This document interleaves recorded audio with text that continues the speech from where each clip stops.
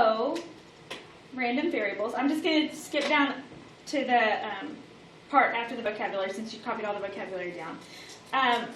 This is decide whether the random variable x is discrete or whether or not it's continuous. So back up when you did the definitions, those things should have been, maybe not with the word random variable attached to it, but discrete and continuous should be a review words to you because you kind of go over those in algebra. Things are discrete when they're individual, when they can be counted. So back in algebra, discrete was when you would put things with just dots and not connect the lines because there's nothing in between. So if they can individually be counted, it's discrete. If it has to be measured or weighed, then it's continuous. So, for example, when you turn on a water faucet, the water flows continuously. It doesn't flow out like that. That would be discrete. So it doesn't do that. Height is always continuous, and miles are always continuous because you don't just, beam yourself from mile 1 to mile 6. You have to drive all of the space between. Yeah, that would be. So that's the difference between discrete and continuous. So if X represents the number of students at Olympia High School, is that discrete or is it continuous? I'm going to have students discrete. Is it discrete? It is discrete because you can count them. Also that. And it's probably not continuous either because that can fluctuate, right? Right. Because one day you may have 200 students and the next day you might have 198. But you never have 101.3 students because it's discrete. Students come in wholes, that's it. You don't have halves. Between 101 and 102 students. You might have 101 or 102, but you don't have 101 and a half, right? X represents the volume of water in a fish tank. Thank you, Bob. Continuous. It's continuous. Gotta measure has to be measured. It has to be measured.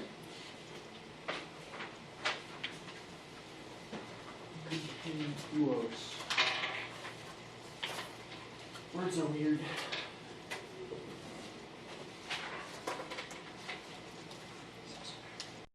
They are weird a little bit. The length of time it takes for you to finish a stats test. Time. Forever. Time doesn't stop. No. Truth, time doesn't stop. And do you count time or do you measure time? I measure. You measure it. time. So is it continuous? It's continuous. I like this. Oh no. See, I told you this part was I always would bad. say that the beginning. We do. I know, at the beginning, it's always easy. Of the probability sections, this one is easier than the 3. The chapter 3, this is unit 3. This is easier. Number of songs in a playlist. It's discrete. Discrete. Can't have half as long. Cannot. You can listen to half of one, but there isn't. Yeah. Half a song is just a song. I like this one. Is that a test of just that? Nope. Let's see, 4 steps to construct. Okay. Okay, so now, the 4 steps to constructing a discrete probability distribution. So this means that whatever's in our probability distribution, they're individual things that we could actually count. So, step number 1, you're going to make a table. I feel like in stats, you always need to make a table. I think it helps a lot, yeah.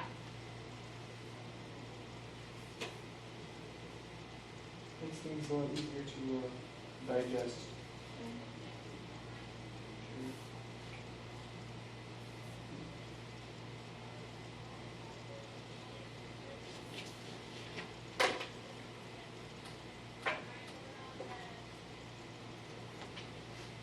The word probabilities has so many I's in it down at the end.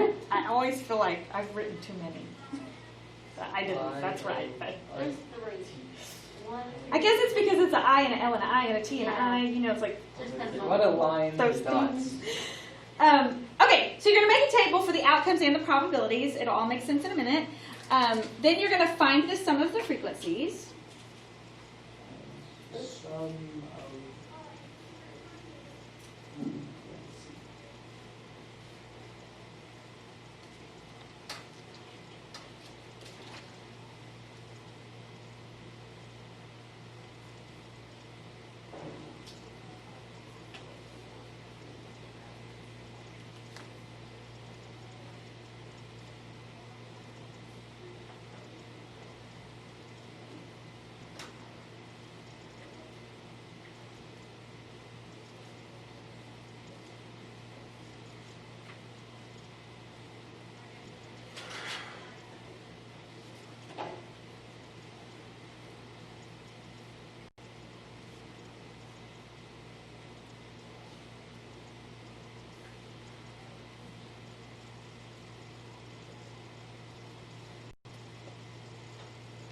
You're going to find the probability of each outcome by taking its frequency and dividing by the sum of all frequencies, which we've done before. That's relative frequencies. If you remember back when we made frequency distributions, remember where we tallied stuff up and then we would put it in and then we would divide?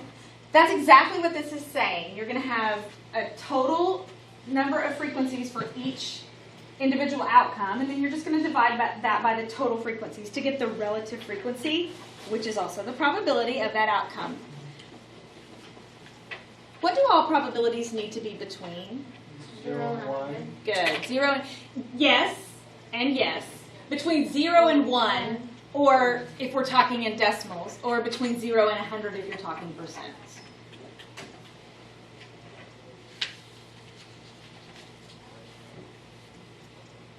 Look at us go, Jackson. We're so smart.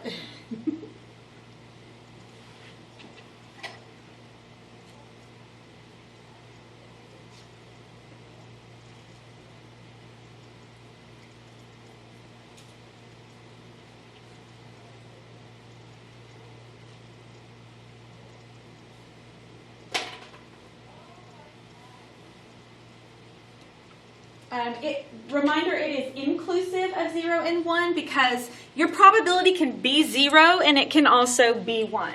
And then the sum of the entire distribution, the probabilities of the distribution should sum to 1 also. All right, so we have an example here. Abercrombie & Fitch tracks the number of sales new employees make for their first 90 days of employment. The results for one of the new employees are given below. Construct a probability distribution. So the X column represents sales per day. So that's how many items he sold per day. And then the second column, the frequency column, is telling you how many times he did that. So in his first 90 days of employment, there were 12 days that he was there that he didn't sell anything at all. Oh, man. And then there were 23 days. Let's assume that maybe some of those 12 were in his first couple of days. You know, he was new, so he didn't sell anything. And then there were 23 days where he sold one thing, and that's all.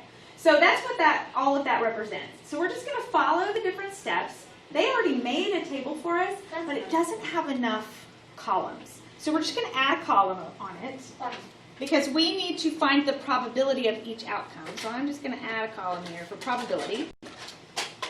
And we represent probability with P of, and I'm looking for the probability of sales. So I'm going to put probability of X.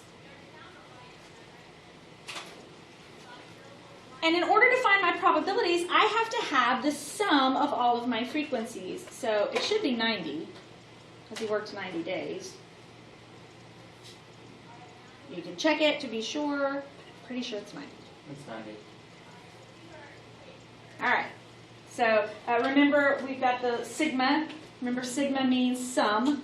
So I put sigma f, so sum of the frequencies is 90. So I'm going to do 12 divided by 90. And you can write it as a fraction if you want to.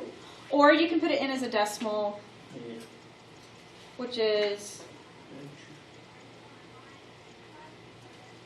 I don't know why I put 19 in my head. I said 90. Okay, so 12 divided by 90 is 0.13. And then you just do the same for all of the different... Why are we dividing F by 90? I thought X is the probability. What are the odds that X occurs? Right. And then How many times did 0 happen? It happened 12 out of the 90 times. Oh. Does that make sense?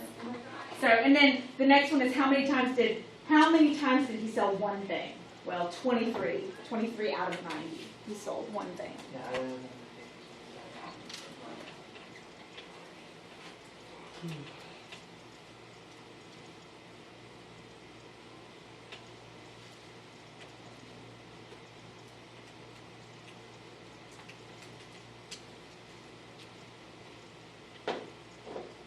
Faster this than me.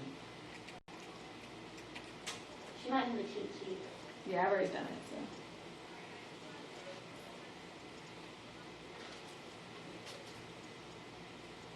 And also, like I know this is your only stats test, But a lot of teachers, if they teach the same class, you know, like 6 times a day, at some point you're gonna remember the answer. Yeah, yeah.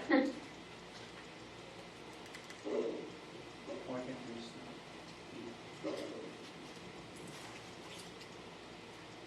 I'm so glad I don't teach the same thing 6 times. That would be rough.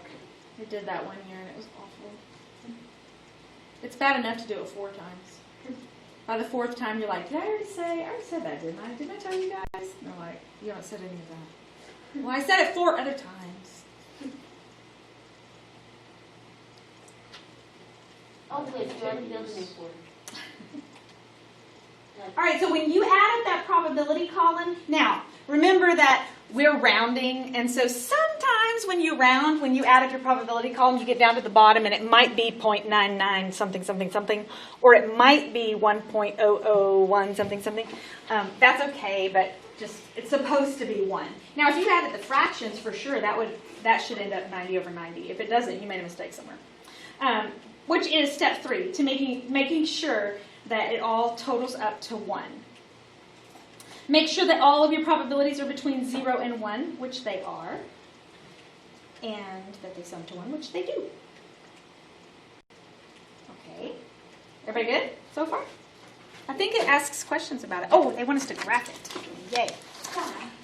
So this is just, we've already done this. This is just relative frequency. It's just now we're calling it probability, but it's the same, pretty much.